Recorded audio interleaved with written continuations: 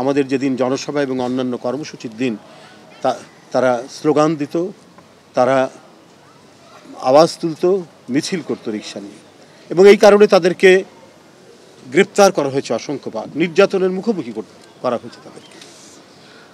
এইবার এক প্রবল বাঁধ ভাঙা শিশু কিশোরের নেতৃত্বে গণতন্ত্রকামী মানুষের আকাঙ্ক্ষার প্রতিনিধি হিসেবে ছাত্র জনতার এই আন্দোলন যখন বিজয়ের মুহূর্তে, ঠিক সেই সময় মোহাম্মদ কামাল সহ আটজন রিক্সা চালক পৃথিবী থেকে চলে গেছে। এরা গণতন্ত্রের বিজয় পুত্র, এরা গণতন্ত্রের এক অনন্য